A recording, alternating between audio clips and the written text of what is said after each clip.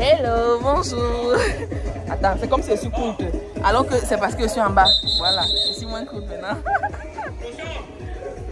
Hello, hello, la famille.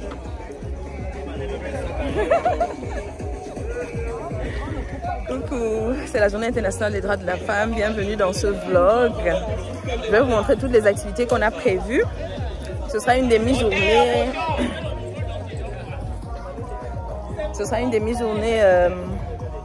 On va faire une marche sportive avec un coach assermenté.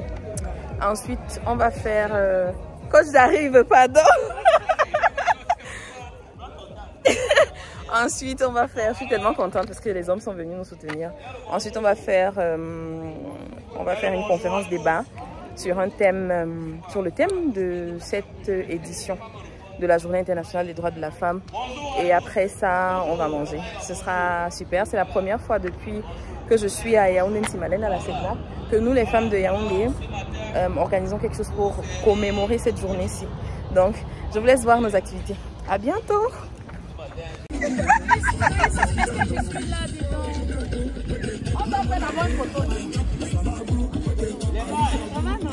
Prenons les bases.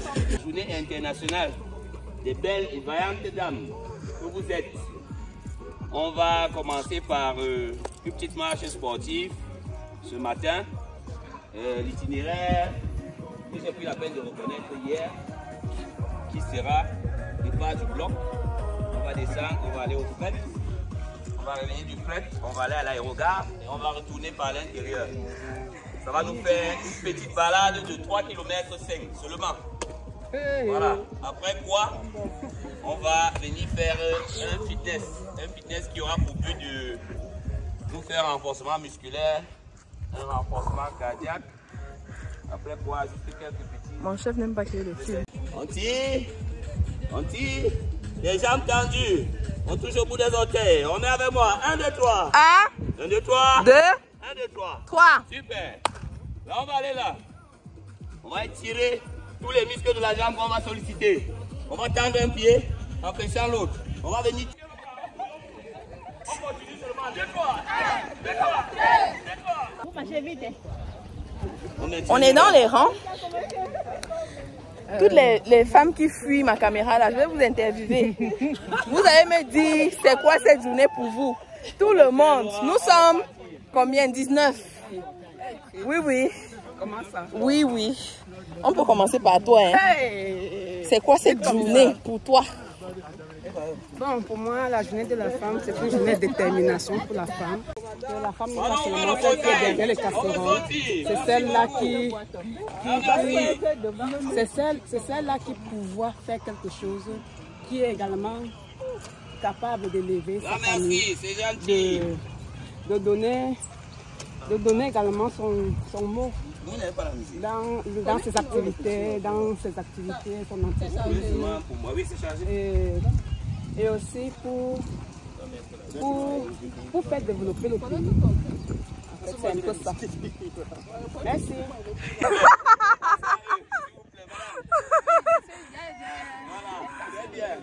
Voilà, très bien. Les gars, si regarde le corps va chauffer.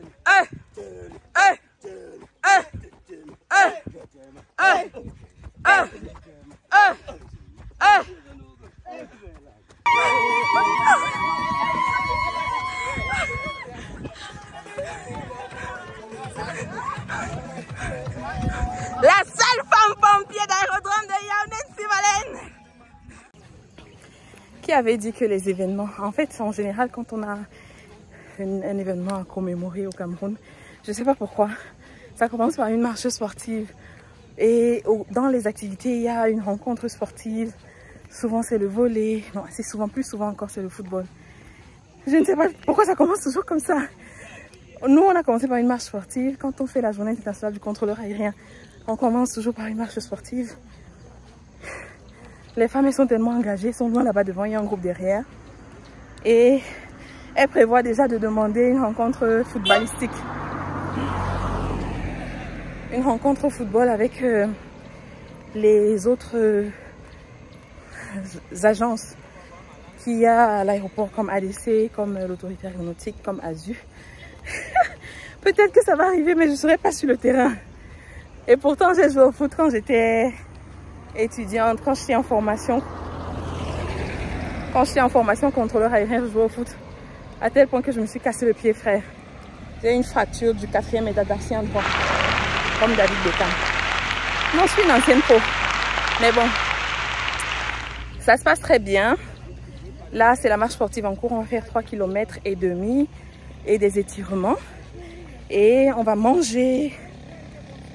Ensuite, on va certainement passer directement à la conférence prévue. À la conférence débat prévue. Je trouve ça super intéressant. Comme je le disais, c'est la première fois en 10 ans, en presque 11 ans, chez 11 ans de service déjà, que nous, les femmes, on se réunit pour faire quelque chose, pour marquer cette journée. Je pense que ce qui nous a souvent découragés, c'est le manque de moyens financiers. Et même cette année, on n'avait pas de moyens, mais...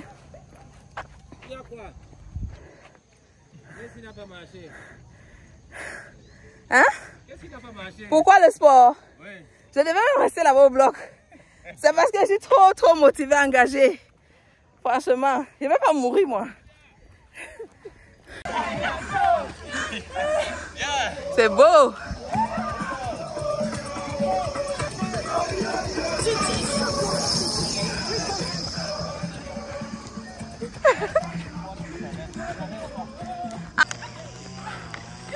C'est bon, c'est bon, c'est bon, c'est bon, c'est bon. Ouvrez.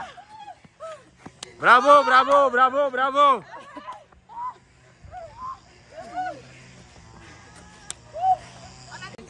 Alors moi c'est Madame Diok Fried.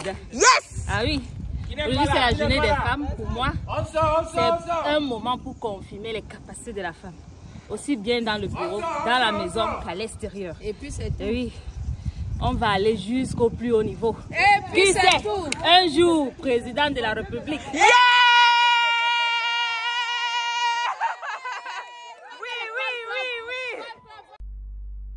La conférence débat a débuté par un mot de la représentante des femmes de l'ASECNA Yaoundé Nsimalène.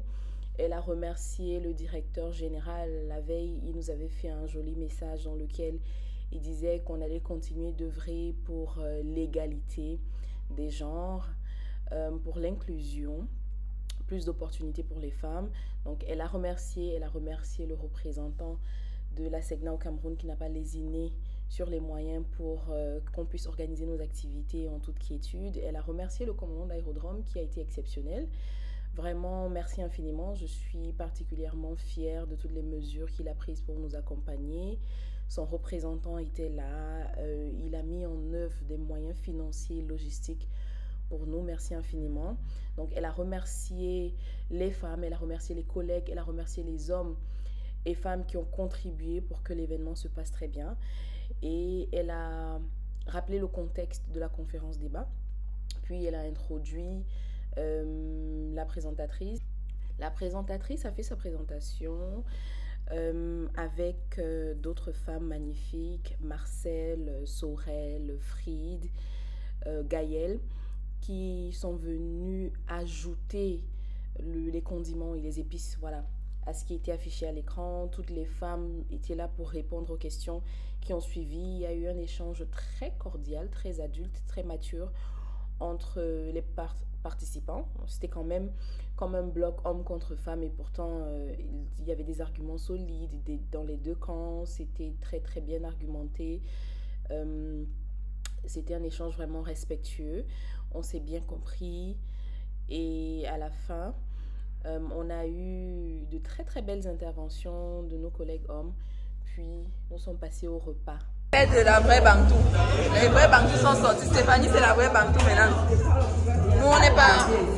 Mangez-moi un peu de poulet. Je n'ai pas oublié, pas filmé. Hello. Bon après-midi, j'espère que vous allez bien. Excusez-moi, la journée internationale des droits de la femme est passée depuis samedi. Mais comme j'ai pas pu clôturer le vlog samedi, j'ai tenu à le faire aujourd'hui parce que je viens de finir ma journée de travail. C'est lundi le 10. Je viens de finir ma journée de travail et je suis en train de rentrer à la maison. Donc je tenais à faire un petit commentaire sur comment ça s'est passé. En gros, je vous ai déjà montré toutes les activités qu'on a eu à faire. J'ai l'impression que la caméra est penchée.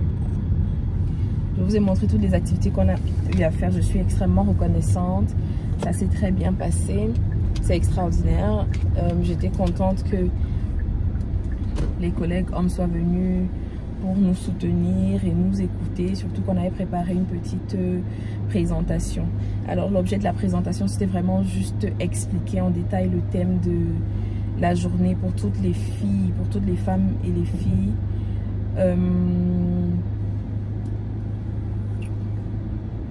Attendez, je traverse le portail. Donc c'est pour toutes les femmes et les filles, droit, égalité, autonomisation.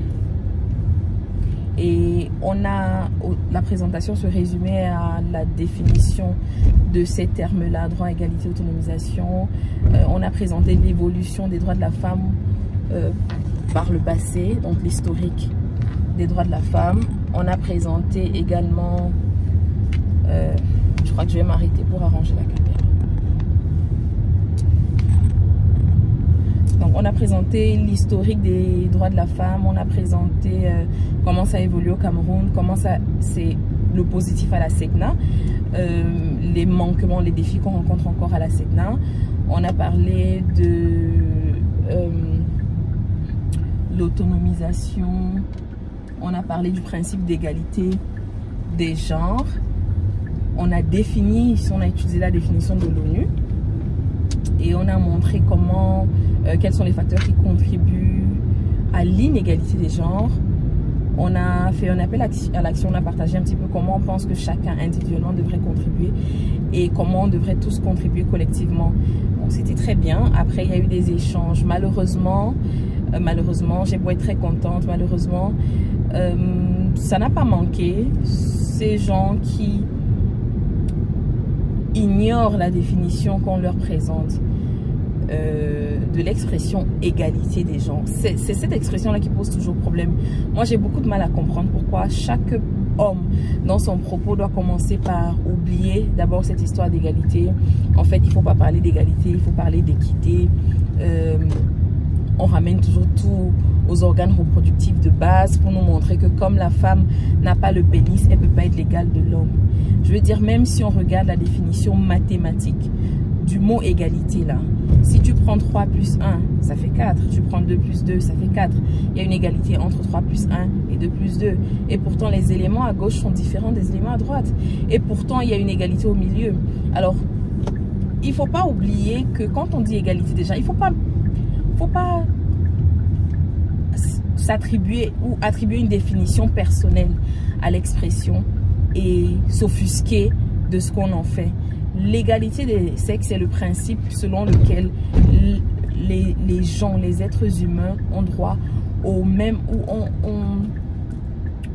ont droit au même, j'ai envie de dire, ont droit au même droit, devraient avoir accès aux mêmes opportunités, aux mêmes ressources, indépendamment de leur sexe. C'est-à-dire qu'ils devraient avoir un accès équitable à tout, éducation, tout dans leur environnement, indépendamment de leur sexe. Ça veut dire que je sois une fille ou un garçon, j'ai le droit à l'éducation. C'est ça l'égalité des sexes. Pourquoi? Je trouve ça extrêmement puéril de toujours tout ramener, même quand on a contextualisé les choses à ce point, parce que la présentation, dans une présentation où on a défini clairement des mots, tu es d'accord avec la définition, à la fin de la présentation, il est très important pour toi de préciser que non, égalité là, ça n'a pas sa place, c'est équité qu'il faut, de commencer à parler de l'équilibre dans le foyer, on n'atteindra pas 50%, il ne faut pas copier le modèle des Blancs parce que nos sociétés sont bien comme elles sont et on est en train de dénaturer.